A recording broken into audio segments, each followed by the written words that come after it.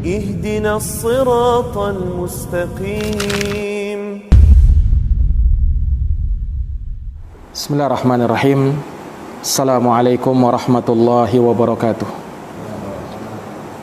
Alhamdulillahirabbil alamin wa bihi nasta'inu ala umurid dunya waddin. Asyhadu an la ilaha illallah wahdahu la syarikalah wa asyhadu anna Muhammadan abduhu wa rasuluh sallallahu alaihi wa ala alihi wa sahbihi wa man tabi'ahum bi ihsanin ila yaumiddin wa sallama tasliman katsira amma ba'd. Allahumma la ilma lana illa ma 'allamtana innaka antal alimul hakim. Allahumma 'allimna ma yanfa'una wanfa'na bima 'allamtana wa zidna ilman ya karim. Rabbi shrah li sadri wa yassir li amri wahlul 'uqdatam min lisani yafqahu qawli. Allahumma la sahla illa ma ja'altahu sahla wa anta taj'alul hazana idza syi'ta sahla. Para hadirin, para pendengar dan para pemirsa yang dirahmati oleh Allah, alhamdulillah kita bersyukur kepada Allah Subhanahu wa taala atas segala limpahan nikmat dan karunia darinya. Semoga salawat dan salam selalu terkirimkan kepada junjungan kita baginda Nabi besar Muhammad sallallahu alaihi wasallam, berikut kepada keluarga, para sahabat serta orang-orang yang menapaki jalannya sampai hari kiamat. Para pemirsa dan para pendengar yang dirahmati oleh Allah, pada malam hari yang berbahagia ini kembali dengan taufik dari Allah kita dapat melanjutkan kajian rutin kita dari pembahasan kitab Khulasah Ta'zimul Ilm karya Fadilatul Syekh Al-Allamah Saleh bin Abdullah bin Hamad Al-Utsaimin hafizahullahu taala, di mana di pertemuan yang lalu kita telah menyelesaikan Al-Ma'qidus Sadis, poin yang ke-6, yaitu tentang perhatian terhadap bidang-bidang ilmu untuk kita pelajari dan mendahulukan yang terpenting, kemudian yang penting setelahnya. Nah, maka kesimpulan dari apa yang beliau sebutkan, bahwa seseorang di dalam memperhatikan berbagai disiplin ilmu hendaknya dia bersandar kepada dua perkara. Yang pertama, hendaknya tatkala dia belajar, dia dahulukan yang paling penting untuk dipelajari dan yang terpenting setelahnya. Dan sebagaimana yang kita jelaskan, tentu tidak diragukan, yang paling penting adalah perkara tauhid, perkara akidah yang menjadi dasar dan pondasi di dalam agama. Kemudian juga perkara yang berkaitan dengan apa yang ia tegakkan dari kewajiban sebagai hamba Allah dari ibadah, mulai dari sholatnya, puasanya, hajinya, ya, dan semua perkara-perkara yang terkait dengannya. Demikian pula dalam masalah-masalah muamalah, akhlak dan adab dan seterusnya. Kemudian hal yang kedua yang perlu dia perhatikan tatkala dia belajar, hendaknya di awal kali dia belajar, dia memulai dengan kitab-kitab yang ringkas terlebih dahulu, kitab-kitab yang mukhtasar, yang ringkas-ringkas, ya, dari berbagai disiplin ilmu, supaya dia menuntut ilmu dengan tadarruj, ada jenjang, ada tahapan-tahapan yang harus dia lewati. Jangan di awal kali dia menuntut ilmu, dia ambil kitab-kitab yang tebal-tebal, yang panjang-panjang. Nah, ini kekeliruan. Seorang yang baru pertama kali belajar, maka dia mulai yang ringkas-ringkas, ya, terlebih dahulu sebelum yang tebal. Nah, maka itu kesimpulan dari poin yang ke-6 dari pengagungan kepada ilmu. Kemudian kita masuk Al-Ma'qidus Sabi', poin yang ke-7 dari pengagungan seseorang kepada ilmu. Kata Syekh hafizahullahu taala, al-mubadaratu ila tahsilihi waghtinamu sinnis siba wasyabab. Poin yang ketujuh adalah al-mubadarah, bersegera, ila tahsilihi, bersegera untuk meraih ilmu, bersegera untuk menuntut ilmu, menimba ilmu.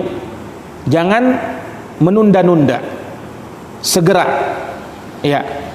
Waghtina musinnis siba wasyabab, dan dia manfaatkan umur kanak-kanak dan umur yang masih muda, ya, dalam menimba dan meraih ilmu itu. Nah, maka ini dua hal yang beliau sebutkan ya, tatkala seseorang ingin belajar dan dari sana tumbuh pengagungannya kepada ilmu, hendaknya dia bersegera di dalam menuntut ilmu. Ya, karena mempelajari ilmu agama adalah bagian dari ibadah, dan secara umum kita diperintahkan untuk mubadarah, musara'ah di dalam kebaikan. Allah berfirman, wasari'u ila maghfiratin min rabbikum wa jannatin arduha samawati wal ard uiddat lil muttaqin. Bersegeralah kalian menuju ampunan dari Tuhan kalian dan menuju surga yang luasnya seluas langit dan bumi, yang disiapkan bagi orang-orang yang bertakwa. Jadi Allah perintahkan untuk bersegera. Dalam ayat yang lain kita diperintahkan untuk berlomba-lomba. Ya, wa fi dzalika falyatanafasil mutanafisun. Maka dalam hal yang demikian hendaknya berlomba-lomba orang-orang yang berlomba-lomba di dalam meraih kebaikan. Maka di dalam menuntut ilmu pun demikian. Hendaknya kita bersegera, bahkan berlomba-lomba siapa yang tercepat untuk bisa menuntut dan menimba ilmu itu. Dan ini merupakan sifat para nabi dan para rasul yang mereka bersegera dalam semua kebaikan. Allah berfirman, innahum yusari'una fil khairat wa yad'unana raghaban wa rahaba wa kanu lana khashi'in. Lihat, para nabi dan para rasul itu, mereka, kata Allah, yusari'una fil khairat, mereka berlomba-lomba di dalam kebaikan. Mereka berfastabiqul khairat, mereka saling memacu, bersaing, berlomba, bersegera, bercepat-cepat kalau dalam urusan kebaikan, kalau dalam urusan agama. Nah, ini para pemirsa yang dirahmati oleh Allah, terkhusus di zaman kita seperti sekarang ini ya, menuntut ilmu harus lebih kita bersegera di dalamnya untuk menghindarkan dari berbagai macam fitnah, baik itu fitnatus syahawat ataukah fitnatus syubhat. Ya, makanya Rasul bersabda apa? Badiru bil a'mali fitanan kaqita'il lailil mudlim. Bersegeralah kalian untuk beramal, karena potongan-potongan fitnah, ya, fitnah-fitnah yang luar biasa, nah, yang sangat banyak, seperti potongan malam yang kelam, potongan malam yang gelap gulita, di mana dengan fitnah itu yusbihur rajulu mu'minan wa yumsi kafira. Seorang di pagi harinya beriman, sore harinya sudah bisa menjadi kafir. Wa yumsi mu'minan wa yusbihu kafira. Sore hari beriman, paginya sudah kafir. Yabi'u dinahu bi'aradin minad dunya, karena dia menjual agamanya dengan sedikit dari perkara dunia. Ya, maka Rasulullah SAW memerintahkan kita untuk apa? Bersegera untuk beramal. Badiru, kata Nabi, bersegera. Termasuk di dalamnya menuntut ilmu agama. Jadi tuntut ilmu agama sedini mungkin. Makanya beliau sebutkan apa? Ya, waqtinamu sinnis siba wasyabab. Pergunakan usia muda, usia masih kanak-kanak di dalam menuntut ilmu. Jangan sampai terlambat. Nah, para pemirsa yang dirahmati dan dimuliakan oleh Allah, kalau kita lihat umur seseorang tatkala dia hidup di dunia secara umum terbagi menjadi 3 fase. Yang pertama fase balita, yang kedua fase remaja, dan yang ketiga fase orang tua. Manusia dalam hidupnya tidak lepas dari 3 fase ini: masa balita, masa remaja, dan masa orang tua. Nah, kalau kita lihat di masa balita dan di masa tua, ini adalah titik terlemah seseorang. Tatkala dia di masa balita dan tatkala dia di usia sudah tua renta. Nah, oleh karenanya ya, kehidupan kita di awal-awal kali tatkala kita dilahirkan dalam keadaan kita tidak bisa apa-apa, dalam keadaan kita lemah. Nah, kemudian Allah kembalikan lagi dalam kondisi yang lemah pula.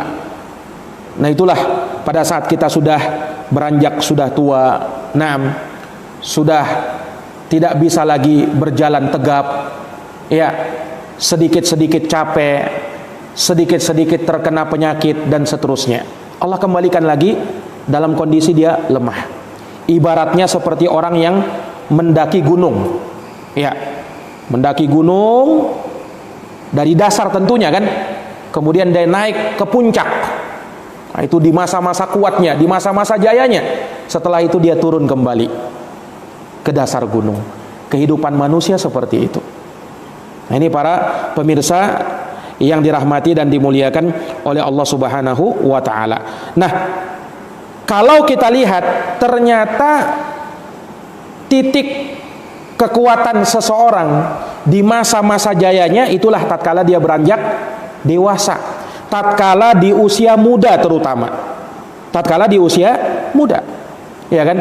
Nah, ini tentu tidak diragukan. Makanya Allah berfirman di dalam Al-Qur'an dalam surat Ghafir ayat 67, Allah berfirman, "Huwallazi", dialah Allah, "alladzi khalaqakum min turabin", yang menciptakan kalian dari tanah, "tsumma min nutfatin", kemudian dari tanah itu Allah ciptakan manusia dari setetes air, "tsumma min 'alaqatin", kemudian dari segumpal darah, "tsumma yukhrijukum tifla", kemudian kalian pun lahir sebagai seorang anak, "tsumma litabalughu asyuddakum", lalu setelah itu kalian pun mencapai usia dewasa, usia remaja. Inilah puncak-puncak kejayaan kalian. Inilah puncak-puncak kekuatan kalian. "Tsumma litakunu syuyukha", kemudian setelah kalian jaya di usia muda, di usia yang kuat, maka berangsur-angsur kalian pun beranjak tua. Nah, kemudian setelahnya meninggal dunia. "Wa minkum man yatawaffa min qabl", bahkan ada di antara manusia sebelum dia tua dia sudah meninggal duluan. "Walitabalughu ajalan musamma wala'allakum ta'qilun", agar kalian mencapai ajal yang telah ditentukan oleh Allah dan agar kalian bisa memahami dan memikirkan hal ini. Kehidupan manusia seperti itu.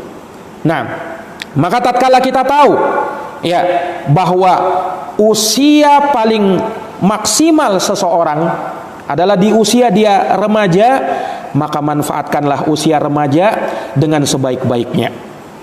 Jangan usia remaja justru dimanfaatkan untuk hal yang sia-sia.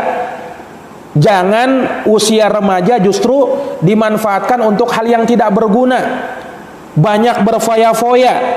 Ya, subhanallah. Karena ada sebagian orang berprinsip begini, mumpung masih muda katanya, ya kita puas-puaskan aja dulu berpoya-poya. Gampang, nanti kalau sudah tua kita tobat. Subhanallah. Seakan-akan orang ini mengucapkan seperti ini tahu umurnya bisa sampai tua. Bagaimana kalau di masa mudanya sudah diambil oleh Allah? Dan seakan-akan dia tahu dia nanti akan tobat kalau di masa tuanya. Bagaimana kalau di masa tuanya bukan bertaubat, justru semakin menjadi. Nah, dan prinsip yang seperti ini, walaupun misalnya tatkala di usia tua dia bisa beribadah misalnya, tapi apakah pantas di usia kita kuat ya untuk beribadah justru kita peruntukkan kepada selain Allah, untuk bermaksiat, untuk berpoya-poya di masa kita kuat, dan di masa lemah baru untuk Allah? Apakah pantas untuk Allah Subhanahu wa taala kita serahkan di masa-masa kita berada dalam kondisi lemah?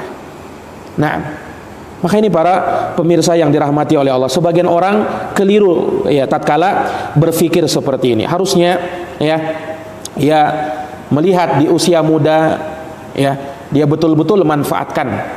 Dia manfaatkan dengan sebaik-baiknya. Sebagaimana pesan Rasulullah SAW, "Ightanim khamsan qabla khamsin." Manfaatkan 5 sebelum datang yang 5. Salah satunya kata Nabi, "Syababaka qabla haramik." Masa mudamu manfaatkan dia Manfaatkan untuk apa? Manfaatkan untuk beribadah, termasuk di dalamnya manfaatkan untuk menuntut ilmu. Qabla haramik, sebelum datang usia tuamu. Ya. Karena kalau di usia muda luar biasa, semangat menuntut ilmu itu luar biasa. Semangat dalam menjalankan agama ya berapi-api. Anak muda ya, dia akan menuntut ilmu. Mau siang, mau malam, bahkan hujan pun kalau perlu bisa datang dia. Kenapa? Masih muda. Kalau orang tua terlalu banyak halangannya. Kalau sudah berjalan di waktu malam, terkadang sebagian orang tua ya tidak mampu, nanti masuk angin, nanti jatuh sakit ya, atau pandangan mata sudah mulai kabur. Nah, orang tua banyak penyakit-penyakit yang hinggap. Berbeda tentu saja. Ini para pemirsa yang dirahmati dan dimuliakan oleh Allah. Maka hendaknya kita betul-betul manfaatkan ya usia kanak-kanak, usia muda untuk kita belajar ilmu agama. Walaupun bukan artinya kalau sudah usia tua berarti sudah menyerah, tidak mau lagi menuntut ilmu. Bukan artinya seperti itu. Ya, tetapi tentu berbeda orang yang belajar di usia muda dengan orang yang baru belajar tatkala sudah tua.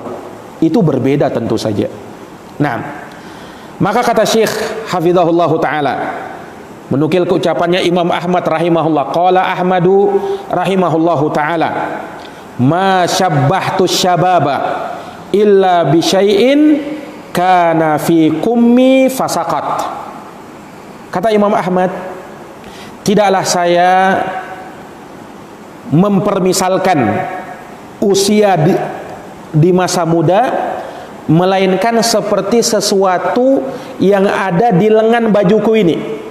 Ya. Kemudian dia jatuh.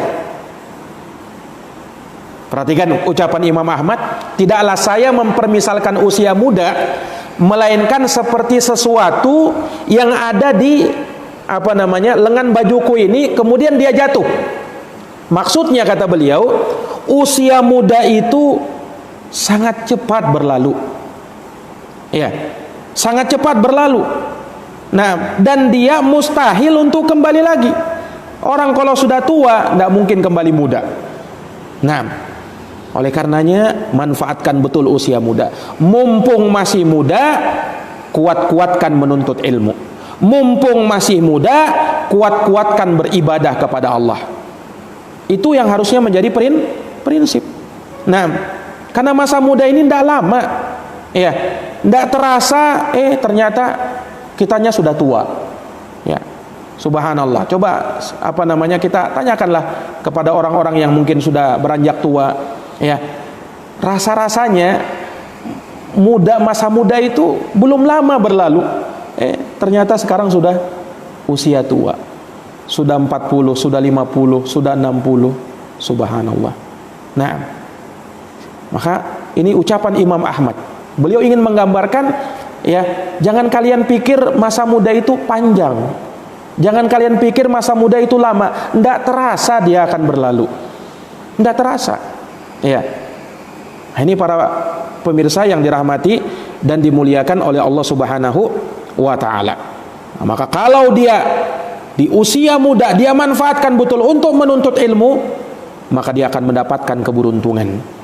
Ya, karena menuntut ilmu di usia muda, ya, maka ini akan memudahkan dia untuk mendapatkan banyak ilmu. Karena orang muda, anak muda, pikirannya tidak terlalu banyak seperti pikirannya orang tua. Ya. Kalau orang tua sudah terlalu banyak yang dipikirnya, terlalu banyak ya yang jadi beban pikirannya, terlalu banyak ya yang harus dia tanggung. Tidak seperti anak muda, justru kadang dia yang ditanggung, justru kadang dia yang dipikirkan. Nah, maka sebelum datang kalian yang sebaliknya banyak pikiran nanti di usia tua, maka menuntut ilmu di usia muda. Ini nasihat kepada setiap anak muda untuk manfaatkan usia kalian dengan sebaik-baiknya sebelum datang masa tua yang sebentar lagi akan kalian dapatkan. Ya.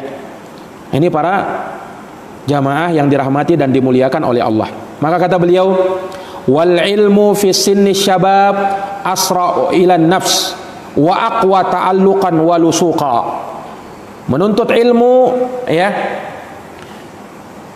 di usia muda itu lebih cepat tertanam di dalam jiwa dan lebih kuat mengikat dan menempel ilmu tersebut. Itu menuntut ilmu di usia muda. Ibaratnya ya, seperti kata Al Hasan Al Basri.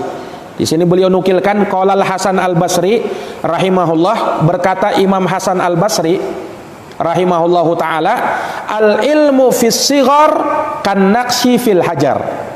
Ini ibarat yang dalam bahasa Indonesia pun sudah akrab bersama kita. Kata Imam Hasan Al Basri, menuntut ilmu di usia muda itu sama seperti mengukir di atas batu. Apa maknanya? Menuntut ilmu di usia muda seperti mengukir di atas batu. Maksudnya sangat membekas. Sebagaimana orang memahat batu akan membekas kan? Nah, orang yang nuntut ilmu di usia muda seperti itu. Sebaliknya, orang yang nuntut ilmu di masa tua diibaratkan seperti kanakshi alal ma, seperti orang mengukir di atas air. Coba kita anukan di air kita, di air itu ya, kita tulis sesuatu ya, mungkin ada bekasnya tapi langsung hilang. Ini perumpamaan, ibarat seperti itulah perbandingan orang yang menuntut ilmu di masa muda dengan menuntut ilmu di masa tua. Iya, makanya kalau kita lihat memang apa namanya, orang anak-anak muda, apalagi yang masih anak-anak, kebanyakannya hafalannya masih kuat. Coba lihat anak-anak itu ya, hafalannya luar biasa, kuat-kuat. Nah seperti sebagian orang tua, hafal hari ini besok belum tentu masih dia ingat hafalannya. Nah, jadi kalau orang tua itu ibaratnya seperti gelas lah, gelas yang sudah penuh air, mau diisi lagi ya tidak akan bisa. Nah, kalau anak muda masih kosong, masih bisa diisi air. Nah, itu kebanyakannya seperti itu. Walaupun ada juga Masya Allah orang tua tapi luar biasa, masih bisa menyerap ilmu banyak-banyak. Tapi keumumannya ya, kebanyakannya orang tua lebih sulit untuk apa namanya menghafalkan atau memahami ya, atau mengingat sesuatu, terkadang lebih sulit daripada anak muda.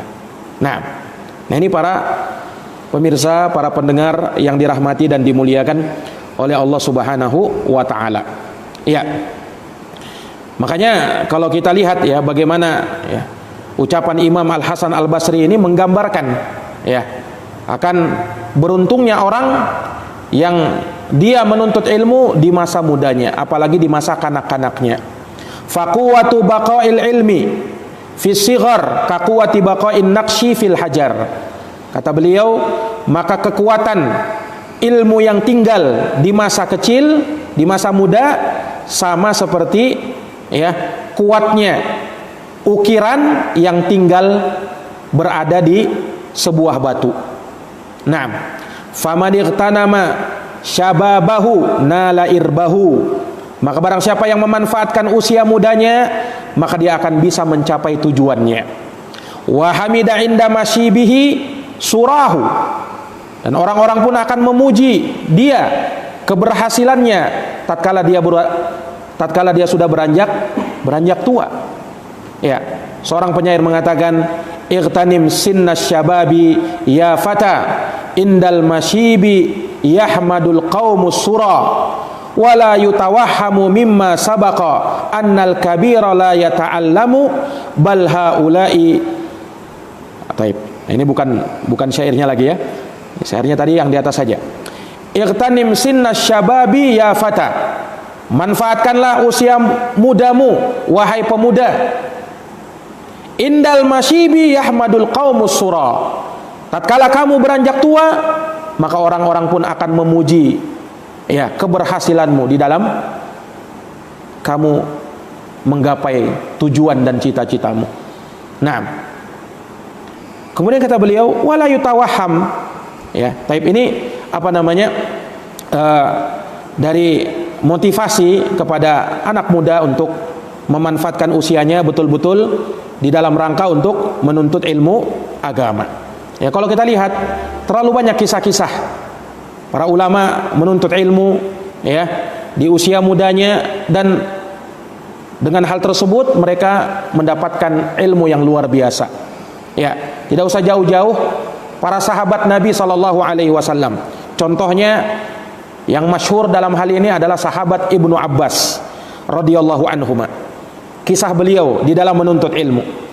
Di mana Ibnu Abbas ini di masa kecilnya ya, beliau sudah belajar bersama Nabi SAW dan selalu menyertai Rasulullah SAW. Kemana saja Nabi keluar, Ibnu Abbas selalu menyertainya. Bayangkan Nabi itu, kalau Nabi Muhammad SAW keluar dari rumah, Ibnu Abbas sudah ikutin. Kemana Nabi pergi, Ibnu Abbas ikut. Terus Ibnu Abbas sertai Nabi SAW sampai Nabi pulang, Nabi masuk rumah, baru Ibnu Abbas stop, pulang ke rumahnya. Besoknya begitu lagi. Dia lihat Nabi SAW kalau sudah keluar rumah, Ibnu Abbas buntutin. Jadi setiap apa yang diucapkan oleh Nabi, Ibnu Abbas berusaha untuk mendengarkannya dan menghafalkannya. Kemana Nabi pergi, Ibnu Abbas buntuti. Terus seperti itu sampai Nabi pulang ke rumah, masuk rumahnya, Ibnu Abbas pun pulang. Besoknya begitu lagi. Ini kesungguhan Ibnu Abbas di dalam menuntut ilmu di masa kecilnya. Nah, sampai tatkala Rasulullah SAW wafat, dipanggil oleh Allah Subhanahu Wa Taala, Ibnu Abbas tidak berhenti menuntut ilmu. Rasulullah sudah tiada, Rasulullah sudah meninggal dunia, Ibnu Abbas manfaatkan kesempatan menuntut ilmu kepada sahabat-sahabat seniornya Nabi, kepada Abu Bakar, Umar, Utsman, Ali, sahabat-sahabat senior dan sahabat Muhajirin dan Ansor. Ibnu Abbas datangi, ya, untuk bisa menuntut ilmu bersama mereka. Nah disebutkan ya, Ibnu Abbas ketika itu mendatangi atau mengajak salah seorang sahabatnya dari kalangan Ansor untuk sama-sama menuntut ilmu kepada sahabat-sahabat senior semacam Abu Bakar, Umar, Utsman, Ali dan seterusnya. Temannya Ibnu Abbas ini mengatakan, "Wahai Ibnu Abbas, untuk apa kamu belajar, kamu menuntut ilmu bersama? Ya, Abu Bakar masih ada, Umar masih ada, Utsman masih ada, Ali masih ada. Untuk apa? Orang tidak akan tanya sama kau," kata sahabatnya tadi. Orang akan tanya sama mereka, "Untuk apa kamu menuntut ilmu sekarang?" Orang ini tidak mau diajak si Ibnu Abbas untuk belajar. Tapi apa? Ibnu Abbas beliau tetap pada pendiriannya, terus belajar. Apa yang terjadi? Subhanallah. Sahabat-sahabat senior ini ya tidak selama-lamanya hidup di dunia. Abu Bakar meninggal, Umar meninggal, Utsman meninggal, Ali meninggal, sahabat-sahabat senior meninggal dunia. Maka siapa yang dijadikan rujukan ketika itu di dalam hal ilmu? Ibnu Abbas. Meninggal sahabat-sahabat senior, Ibnu Abbas yang tadinya ya orang-orang tidak bertanya dulu sama Ibnu Abbas, tanyanya sama sahabat Abu Bakar, Umar.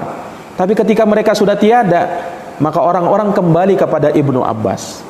Maka kawannya tadi yang pernah diajak Ibnu Abbas tapi tidak mau, beliau menyesal. Beliau mengatakan ketika melihat Ibnu Abbas sudah jadi ulama besar, katanya apa? Itu anak muda itu orang yang lebih berakal daripada saya. Saya dulu dia ajak, saya tidak mau, karena saya berpikir masih ada orang-orang tua, masih ada para ulama, masih ada yang senior. Subhanallah, Ibnu Abbas lebih berakal. Nah, sama para hadirin yang dirahmati oleh Allah, jangan kita berpikir, oh masih banyak ulama sekarang, masih banyak ustadz kibar, masih banyak. Ya, tidak perlu kita belajar. Kalau ada masalah tinggal tanya ustadz. Ya, masih banyak ustadz kita yang masih hidup. Nah, ini yang seperti ini kelemahan dalam menuntut ilmu. Jangan berpikir seperti itu. Ya, ulama-ulama kita mereka manusia biasa, akan meninggal juga. Ya, berapapun usia mereka akan dipanggil oleh Allah. Ustadz juga demikian. Mereka akan berlalu. Nah, siapa yang menjadi rujukan umat tatkala mereka sudah meninggal dunia? Ya para penuntut ilmu sekarang. Ya, para penuntut ilmu sekarang. Makanya di usia muda manfaatkan. Sebelum ya kita dijadikan sibuk dengan perkara lain, sibuk mengajar, sibuk memberikan taklim, sibuk ini dan itu. Ya. Nah, sebelum itu maka lihat, tanamkan diri, posisikan diri untuk belajar di hadapan seorang guru, seorang ulama. Nanti pada saatnya kalian yang akan dijadikan rujukan manusia. Kalian yang akan ditanya. Nah, subhanallah. Ini para pemirsa yang dirahmati dan dimuliakan oleh Allah Subhanahu wa taala. Maka sekali lagi manfaatkan usia muda. Kemudian kata beliau rahimahullahu taala, wala yutawahamu mimma sabaq annal kabira la yata'allam. Jangan sampai ada yang memahami dari penjelasan yang telah lewat bahwa orang tua tidak perlu nuntut ilmu, tidak perlu belajar. Jangan sampai ada yang memahami begitu. Tidak. Bal haula'i ashabu Rasulullah SAW ta'allamu kibaran. Jangan berpikir, saya sudah tua, bukan lagi anak muda, tidak usah lagi belajar. Kan bilang Ustadz, kalau menuntut ilmu di masa muda seperti mengukir di atas batu. Nah, kalau saya ini mengukur di atas air, tidak usahlah. Jangan berpikir begitu. Bahkan beliau bawakan contoh, lihat sahabat Rasulullah Sallallahu Alaihi Wasallam, mayoritas kebanyakan mereka belajar di usia tua. Abu Bakar, Umar itu di usia tua, bukan di usia anak-anak. Iya. Dan tidak mustahil mereka menjadi orang besar. Nah, dan seperti yang pernah kita ceritakan bagaimana sebagian ulama-ulama besar nuntut ilmu di masa tua. Lihat Ibnu Hazm menuntut ilmu di usia 40 tahun, baru belajar dari nol. 40 tahun. Usia kita berapa sekarang? Nah, jadi tidak ada kata terlambat untuk menuntut ilmu. Para sahabat Rasulullah SAW mereka belajar di usia yang rata-ratanya tua. Zakarahul Bukhari rahimahullah fi kitabil ilmi min sahihi. Sebagaimana disebut oleh Imam Al-Bukhari dalam Kitabul Ilm di dalam sahihnya. Ya, beliau bawakan ucapannya Umar bin Khattab radhiyallahu anhu. Umar bin Khattab mengatakan, "Tafaqahu qabla an tusawwadu." Kata Umar, belajarlah kalian sebelum nanti kalian jadi pemimpin. Sebelum kalian menjadi tokoh. Karena kalau sudah jadi pemimpin, jadi tokoh, terlalu banyak kesibukan. Terlalu banyak perkara yang harus diurus. Beda ketika kita masih bebas, masih free, masih belum ada yang dipikirkan, diurusi, ya. Kalau sudah orang jadi tokoh, jadi pemimpin, ya, nah itu terlalu banyak urusan-urusan. Maka kata Umar, belajar sebelum jadi tokoh, sebelum jadi orang besar, sebelum jadi pemimpin. Imam Bukhari memberikan ta'liq, wa ba'da an tusawwadu. Bahkan terus belajar walaupun sudah menjadi seorang pemimpin, walaupun sudah menjadi seorang tokoh, walaupun sudah menjadi orang besar. Belajar itu bukan artinya kalau sudah jadi pemimpin, sudah jadi ustadz, sudah jadi ulama, kemudian tidak pernah belajar lagi. Tidak, justru mereka belajar dan terus belajar. Ya. Nah, ini para hadirin yang dirahmati dan dimuliakan oleh Allah Subhanahu wa taala. Ya. Maka sekali lagi, ya, menuntut ilmu bukan menjadi halangan bagi kita walaupun di usia yang sudah tua. Wa inna ma ya'suru ta'allamu fil kibar. Hanya bedanya, ya beda, ya, menuntut ilmu di usia muda dan di usia tua. Seperti yang tadi kita jelaskan. Kata Syekh di sini, wa inna ma ya'suru ta'allum fil kibar. Hanya saja memang sulit belajar itu di masa tua. Kama bayanahul Mawardi fi adabid dunya wad din. Seperti yang diterangkan oleh Imam Al-Mawardi dalam kitabnya Adabud Dunya wad Din. Likasrati syawagil. Kenapa di usia tua lebih sulit? Karena terlalu banyak kesibukan. Ya, tanyalah sama orang tua lah. Apalagi yang sudah punya anak, punya cucu, ya kan? Terlalu banyak kesibukan-kesibukan, ya. Wa ghalabatul qawati, terlalu banyak yang bisa memutuskan. Sebentar-sebentar belajar, disuruh ini lagi. Sebentar-sebentar belajar, ternyata ada yang perlu dibeli, yang perlu diurusin, yang perlu dikerjain. Ya. Terlalu banyak hal yang bisa menjadi penghalang. Wa takatsurul alaiq, terlalu banyak ya urusan-urusan dengan perkara dunia ini. Ya, kalau sudah usia tua ya terlalu banyak kesibukan lah. Nah, faman qadira ala daf'iha, maka siapa yang mampu menepis semua ini an nafsihi, dari dirinya, adrakal ilm, maka dia bisa dapatkan ilmu. Artinya orang tua kalau dia bisa menepis semua itu, ya tidak menutup kemungkinan juga dia bisa menjadi seorang alim. Seperti saya katakan tadi, jangan berputus asa.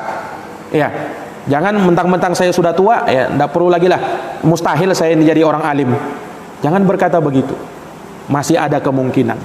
Masih ada kemungkinan. Ya, maka sebagaimana ya Imam Hasan Al-Basri pernah ditanya, ada seorang ditanya, Imam Hasan Al-Basri bertanya, ada seorang, wahai imam, usianya 80 tahun.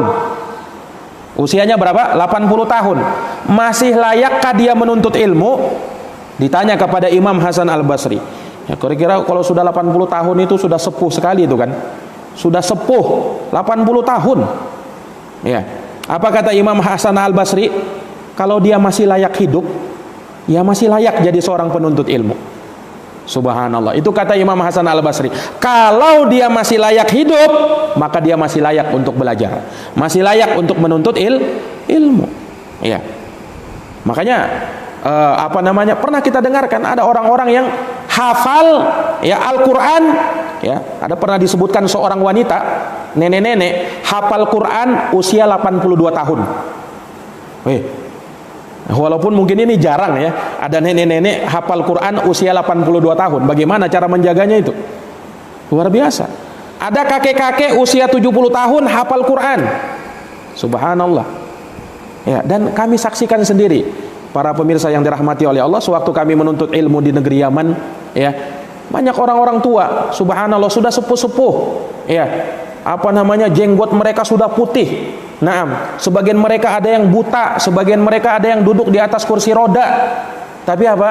Luar biasa semangatnya menghadiri majelisnya Syekh Muhammad bin Abdul Imam hafizahullah taala. Naam, bahkan tidak jarang mereka juga ikut menghafalkan hadis. Jadi kalau Syekh sebelum memulai majelis, beliau biasanya tunjuk ya beberapa tulab, beberapa murid untuk ya membacakan hadis yang sudah dipelajari sebelumnya. Nah, tidak jarang juga orang-orang tua ini mereka mengangkat tangannya untuk membaca hadis di depan syekh. Ya, walaupun memang kebanyakannya mereka lebih, kalau ada hadis-hadis yang pendek mereka hafalkan. Nah, kalau kita melihat ya, mereka yang sudah sepuh, yang usia 70 tahun, 80 tahun masih semangat menghafalkan hadis. Nah, kita ini ya usia masih muda, belum terlalu banyak yang dipikir lah.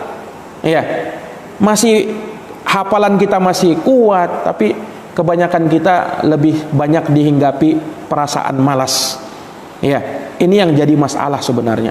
Nah, sebenarnya mampu, tapi untuk mengalahkan rasa malas itu yang kadang ya menjadi problema kebanyakan manusia pada hari ini. Nah, maka ini sebagai nasihat bagi kita semuanya, semoga Allah Subhanahu wa taala memberikan taufik kepada kita untuk bisa menuntut ilmu, ya, belajar ilmu di usia muda, dan tidak menjadi halangan bagi kita untuk tetap belajar di usia tua. Dan kita motivasi anak muda kita, ya, anak-anak kita, kalau kita punya anak, ya, motivasi mereka untuk belajar di usia muda. Jangan habiskan usia muda untuk hal-hal yang tidak ada gunanya. Ya, anak-anak sibuk main HP, main game, main ini dan itu. Apa manfaatnya itu? Ya, ingat, anak-anak kita juga akan menjadi apa? Akan menjadi amal jariah bagi kita kalau kita didik mereka dengan sebaik-baiknya. Nah, untuk apa kita banyak-banyak kerahkan anak kita untuk belajar ya ilmu keduniaan, sementara ilmu agamanya banyak yang masih kurang. Ya, sadari. Nah, karena masa depan yang sesungguhnya bukan di dunia ini. Masa depan sesungguhnya di akhirat nanti. Merugi orang tua kalau dia hanya motivasi anaknya untuk apa? Menuntut ilmu dunia, sementara ilmu agamanya ya hanya sedikit dia bisa peroleh. Ini merugi para hadirin, para pemirsa yang dirahmati oleh Allah. Demikian, mudah-mudahan ada manfaatnya. Hadanallahu wa iyyakum ajma'in. Subhanakallahumma wa bihamdika asyhadu an la ilaha illa anta astaghfiruka wa atubu ilaik. Walhamdulillahirabbil alamin. Wassalamualaikum warahmatullahi wabarakatuh.